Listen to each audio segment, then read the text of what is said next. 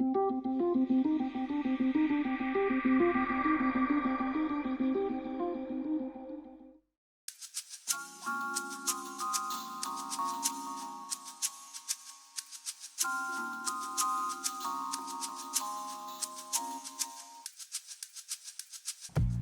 sur son X. Mais qu'est-ce que ça veut dire? C'est d'être, autant en tant que personne et professionnellement, exactement à l'endroit où on veut être. Cette année, on a rencontré les entrepreneurs de la région de Bromont. On voulait tout savoir à propos de cette passion qui les anime. Et à vous, cher public, on voulait vous montrer que tout est possible. Il s'agit d'y croire.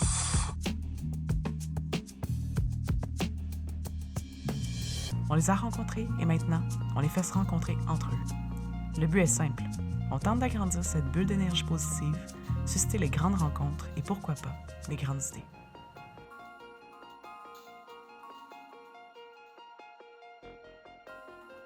Cette semaine à Sur son X, une des joies de l'entrepreneuriat, c'est d'avoir la liberté de pouvoir gérer son propre temps. Catherine Lamontagne nous en parle un peu plus avec Orocom et Jimmy Turcotte nous présente son projet chez Aviation Air Goulet. Bonjour Catherine, ça va bien? Oui. Oui. Donc aujourd'hui, tu vas nous parler de ton entreprise Orocom. Oui. Orocom, c'est une entreprise qui fait quoi? On fait des coms puis du marketing, des communications, du marketing. En gros, on aide les gens à vendre leurs idées. Beaucoup plus que leurs produits. C'est large, là, les communications, le marketing. Nous, notre spécialisation, c'est plus dans le marketing d'idées. Ça peut se faire autant en ligne que hors ligne, par les relations publiques, par l'événementiel, entre autres. On va faire du service conseil. Dans le fond, c'est plus au niveau stratégique, je te dirais. FaceTime, c'est un des outils qu'on peut utiliser pour communiquer en ligne. Mais mon travail, c'est vraiment de regarder en fonction des objectifs d'affaires. Donc, ton but, c'est de faire plus d'argent ou ton but, c'est de rejoindre plus de gens. Donc, on va regarder en fonction de tes objectifs, qu'est-ce que tu devrais ou qu'est-ce qui pourrait être approprié à faire en termes de communication. Puis, est-ce que tu parles aux bonnes personnes ou non? Puis, comment faire pour rejoindre les bonnes personnes? Bon, Catherine, d'où est venue l'idée de starter Orocom, de débuter avec Orocom? Oui, je te dirais que l'idée, elle s'est construite vraiment au fur et à mesure parce qu'avant, je travaillais à Sherbrooke. J'étais directrice d'une compagnie en technologie de l'information. Puis là, voyager avec la famille, ça devenait compliqué. Alors, je cherchais quelque chose de plus flexible. Puis ici, j'ai trouvé un emploi dans un réseau, un lobby des sciences de la vie que j'avais bien aimé, mais j'avais fait le tour assez rapidement aussi. Puis là, je me suis mis à regarder qu'est-ce qu'il y avait autour. Je ne trouvais pas d'emploi qui m'offrait de la flexibilité dont j'avais besoin et les défis que j'avais besoin aussi. Moi, je suis une personne passionnée, puis il faut que ça roule, puis je suis assez allumée, j'ai besoin d'avoir des défis assez élevés. Un travail qui est plus routinier ou qui est plus technique ou que je maîtrise déjà tout le temps, je trouve ça un peu ennuyant. Alors, je te dirais que c'est un peu comme ça, c'est un peu ça qui m'a poussée à partir Orocom. Dans le fond, c'est d'aller chercher la liberté que j'avais besoin, la flexibilité que j'avais besoin aussi comme personne, puis le rythme de travail aussi. Ça me fait un peu...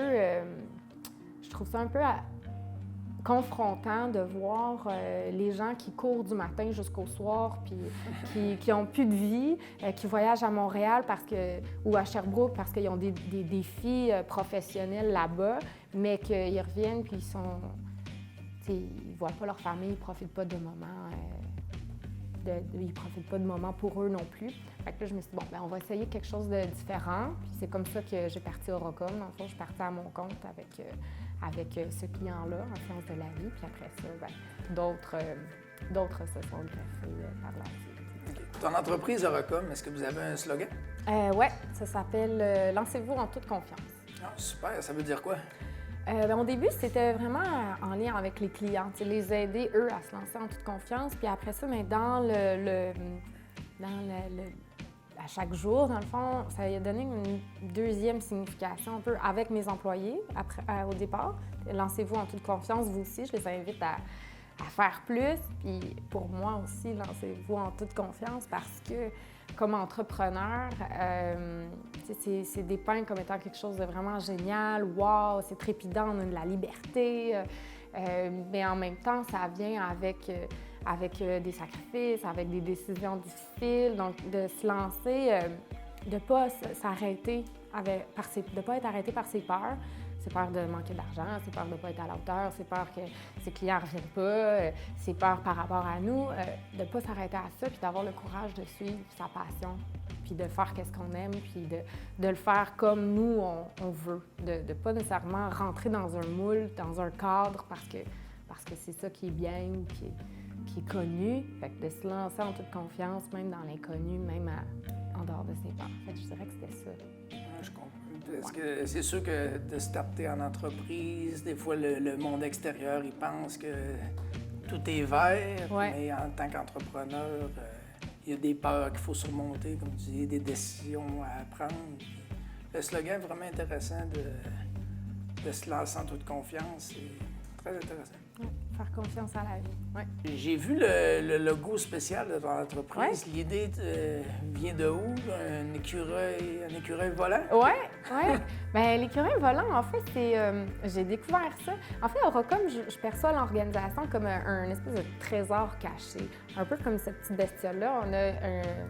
On a des écureuils volants au Québec. On en a 2 sortes. Quand j'ai appris ça, je trouvais ça intéressant. Puis je me disais, je connais donc même pas bien. Ce qu'on a ici, les richesses qu'on a. Donc ça, je trouvais cet aspect-là intéressant, de richesse cachée ou méconnue. Puis l'autre aspect que je trouvais chouette, c'était le fait qu'ils volent, justement. C'est inusité, c'est unique, c'est quelque chose de différent, distinctif. Puis le fait qu'ils volent, je sais pas, je trouvais, ça me parlait. La nature aussi, c'est un autre aspect qui me touche beaucoup et c'est paisible. C'est riche encore là en termes de signification, de croissance, de partir avec de rien, puis d'atteindre des sommets. C'était l'immensité aussi de la nature. Donc cet écureuil-là venait tout toucher à ces aspects-là qui sont importants pour moi puis qui nourrissent ma passion, je te dirais. Puis le nom, ça vient de plein de recherches sur Google un samedi matin avec un café. Comment je pourrais appeler ça, cette compagnie-là? Puis l'idée, c'était d'aller chercher, ça veut dire la communication pour tous, en fait, comme du grec. Puis euro, je me souviens plus dans quelle langue parce que j'en ai tellement testé, mais ça voulait dire pour tous. Donc la communication pour tous, parce que la communication, pour moi, c'est quelque chose qui se fait toujours, que ce soit dans notre vie privée, au travail.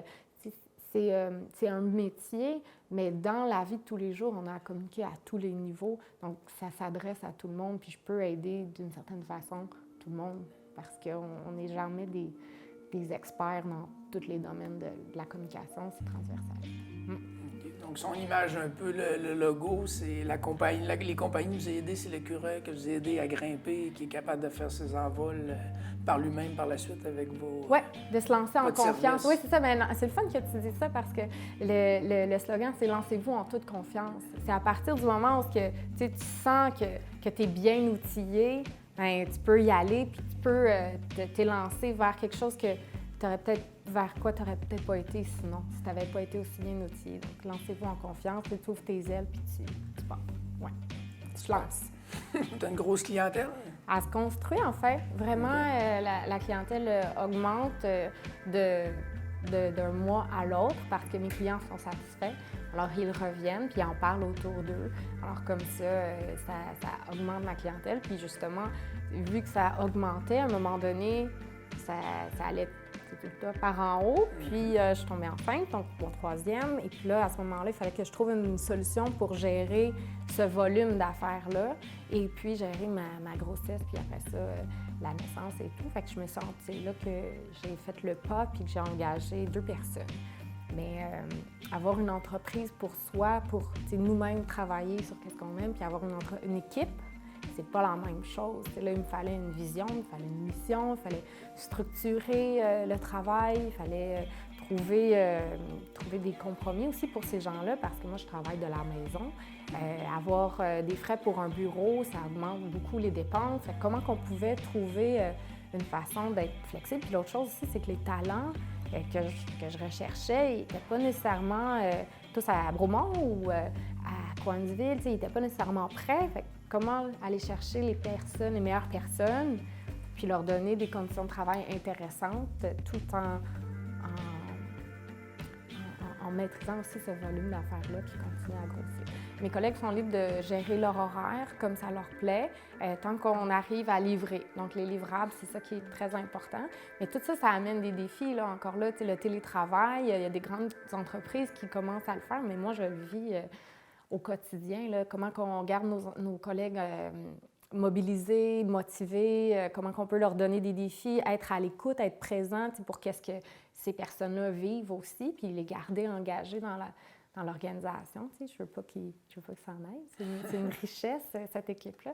Fait que ça, c'est un défi aussi qu'on gère au quotidien, puis ça me passionne, puis ça m'a amené aussi à regarder d'autres types d'entreprises, parce que moi, j'aime ça, cette liberté-là, de pouvoir choisir mon propre horaire, puis les clients avec qui je veux travailler, puis lesquels avec qui j'aime moins travailler. Donc, d'avoir cette liberté-là, mais c'est quelque chose qui parle aussi. On a fait une activité à chaque mois, on fait de la formation, puis on fait des activités de développement là, en équipe. Puis on avait fait une activité sur la reconnaissance. Puis comment je peux reconnaître leur travail, puis comment la reconnaissance, c'est dans reconnaître la connaissance, donc la connaissance des personnes avec qui tu es. Puis la reconnaissance, donc c'est d'aller adapter ta reconnaissance à chaque personne.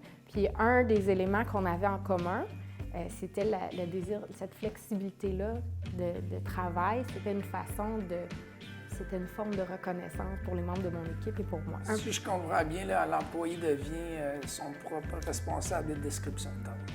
Oui, mais en concert avec tout le monde. Parce que c'est ce que j'ai remarqué aussi, puis que je l'expérimente, c'est que pour aller dans cette direction-là, mais il faut que les employés aient la formation puis les connaissances pour pouvoir prendre des décisions dans l'intérêt de l'organisation. Puis il faut qu'on ait une mission puis une vision qui sont inspirantes, puis qui va faire en sorte que les gens vont se rallier à cette mission-là, puis qu'ils vont prendre leurs décisions par rapport à leur description de tâches et tout, qu'ils vont prendre leurs décisions en fonction de cette direction-là. Ouais. Merci Catherine de m'avoir informé sur la compagnie Oracom, très intéressant, puis je te souhaite beaucoup de succès. Ah, merci, mais moi j'ai hâte aussi d'en apprendre plus sur la tienne en fait.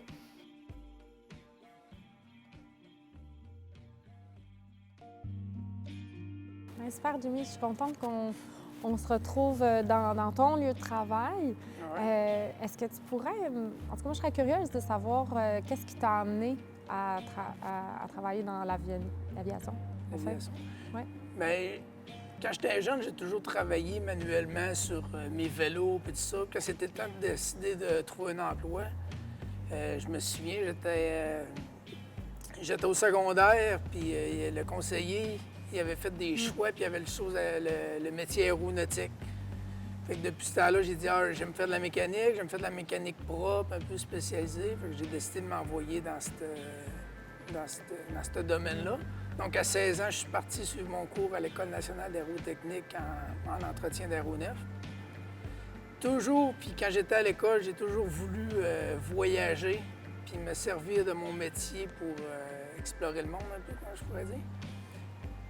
Puis après ça, quand j'ai commencé à faire mon cours, j'ai eu l'opportunité de faire le stage alternance travail-études. Donc, après ma deuxième session, j'étais faire un stage en entretien chez Exceltech Aérospatiale dans le temps à Dorval, comme mécanicien apprenti.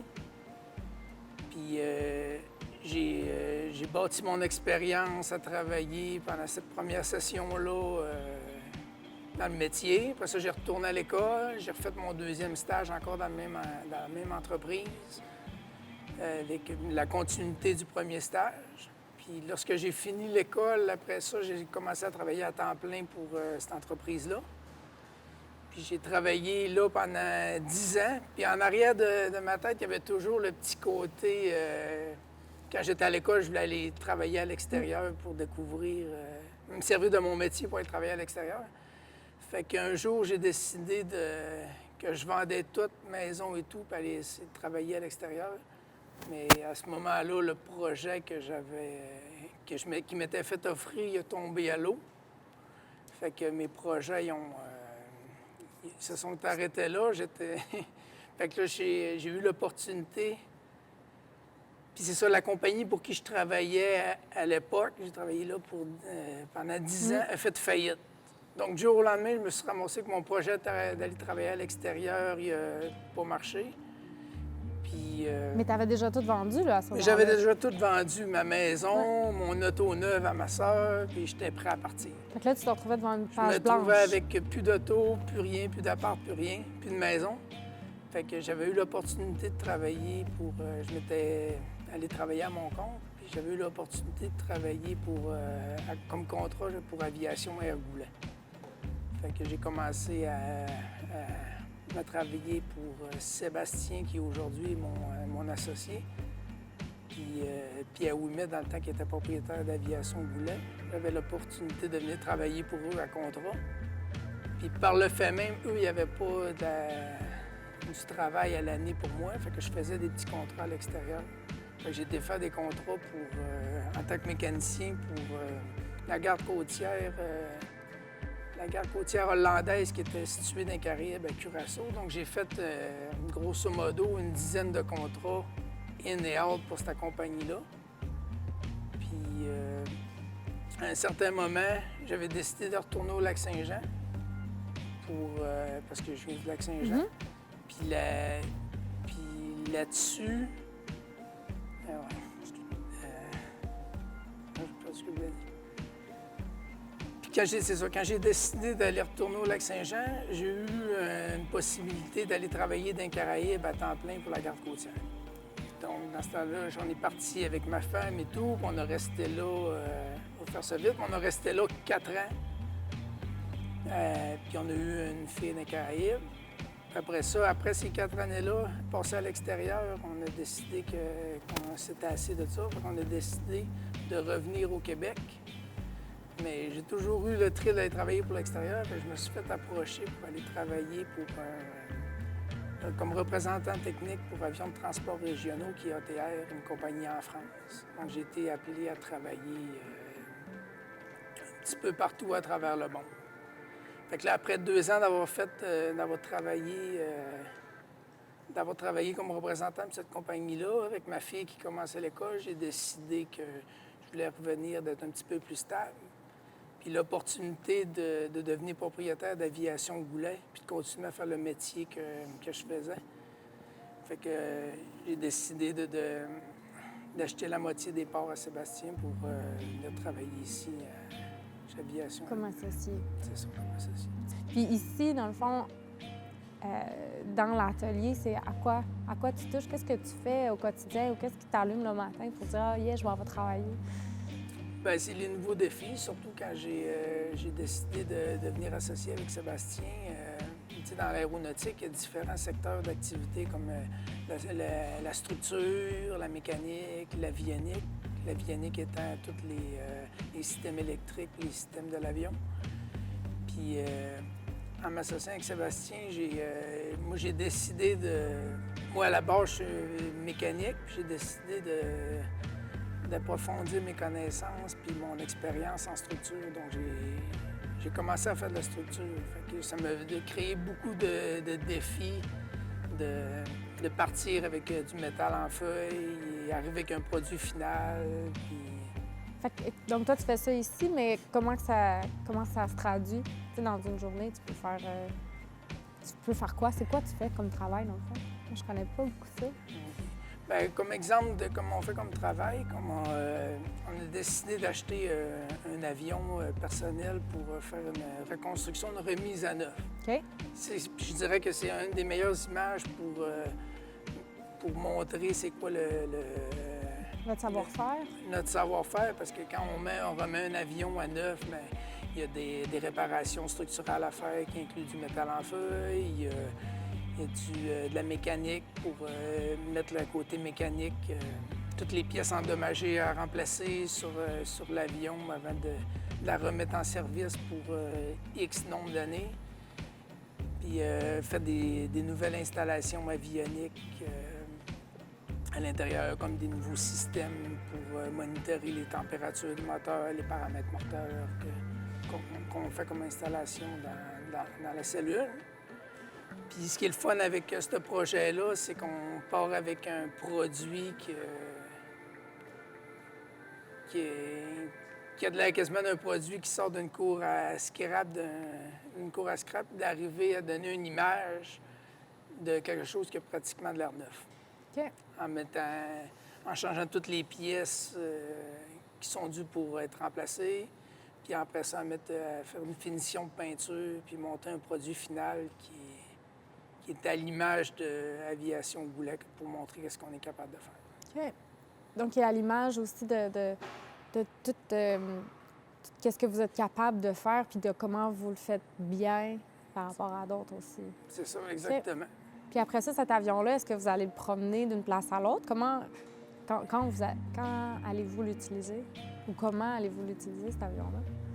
Bien, je suis en processus de faire ma licence de pilote privé en étant entrepreneur, des fois, j'ai pas beaucoup de temps, donc je le mets un petit peu de côté pour l'instant, mais mon associé qui est propriétaire aussi de l'avion, il vole,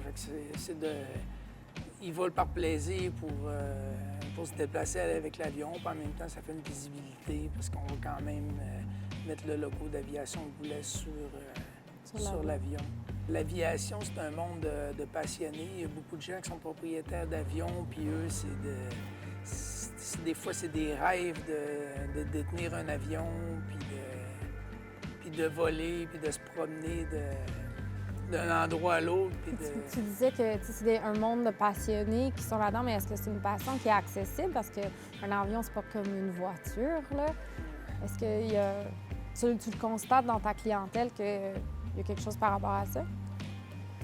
C'est sûr que l'aviation, il y a beaucoup de gens qui pensent que c'est comme une automobile, mais en fin de compte, c'est un luxe. C'est un luxe parce que la plupart des clients qui ont des avions, des petits avions comme ça, c'est pas pour faire du commercial, c'est sûrement pour une passion comme faire du bateau, faire de la voile, peu importe. Mais c'est un passe-temps qui coûte extrêmement cher parce qu'il faut se référer toujours aux normes de Transport Canada, aux réglementations de Transport Canada, les pièces, puis c'est beaucoup réglementé à chaque année, donc c'est pas... on peut pas acheter un avion puis dire si j'ai pas d'argent cette année, bien, je l'entretiendrai pas. Parce qu'on ne pourra plus la voler. C'est pas comme un auto qu'on attend que ça brise avant de la réparer. Puis est-ce qu'il y a d'autres volets qui sont couverts par Aviation Goulet? Oui, Aviation Goulet, on offre le service aussi d'importation. Parce que tout dépendamment des marchés, avec le marché américain, canadien, il y a beaucoup de clients, des fois, quand l'économie est moins bonne aux États-Unis, les avions deviennent accessibles aux États-Unis versus le Canada.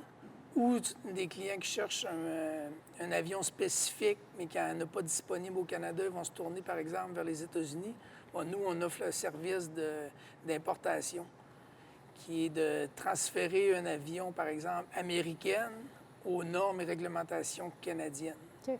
Puis c'est tout un processus de déimmatriculation, réimmatriculation aux normes canadiennes, puis s'assurer que l'avion que le client a été chercher aux États-Unis devienne aux normes canadiennes qui peuvent être opérées dans l'espace aérien canadien.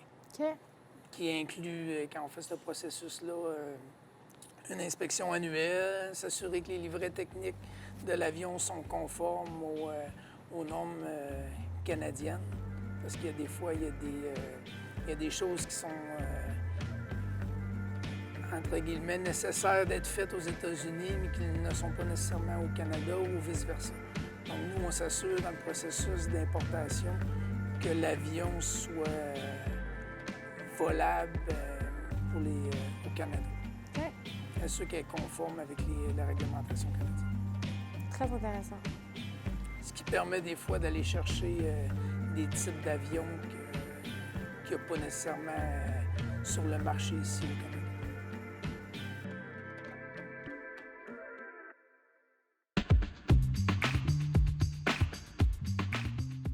Fait que là, ça vole ou ça vole pas. Mettons que ça vole pas. Mettons que ça vole. On peut installer quelque chose sur l'avion Oui. pour faire de la promo dans le ciel. De la publication, pas de la publication. La publicité. La publicité aérienne. OK, on peut faire ça, mais on pourrait faire des shows dans le fond.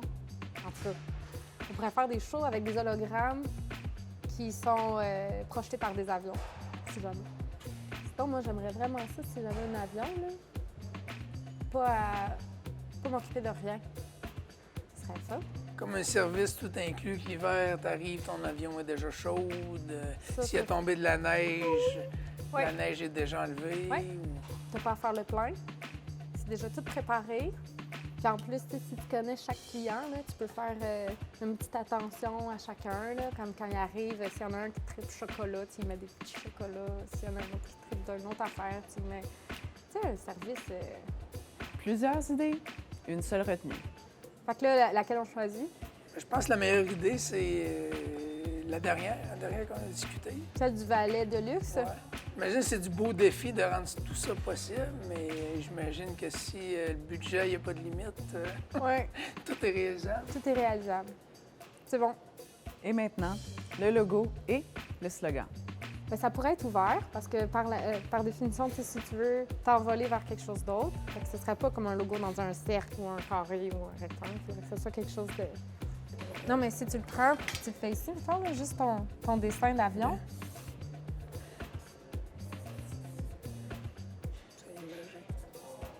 Ah.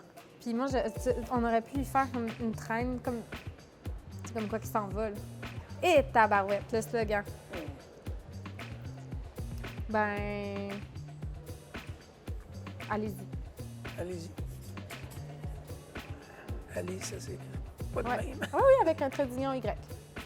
Avec un point d'exclamation. Et voilà. Bonjour, vous cherchez un service aéronautique tout compris? Vous devriez faire affaire avec Allez-y. Clé en main, votre avion est prêt à décoller au moment où vous en avez besoin. Vous avez toujours rêvé de choisir votre service comme une liqueur? Faites affaire avec Allez-y.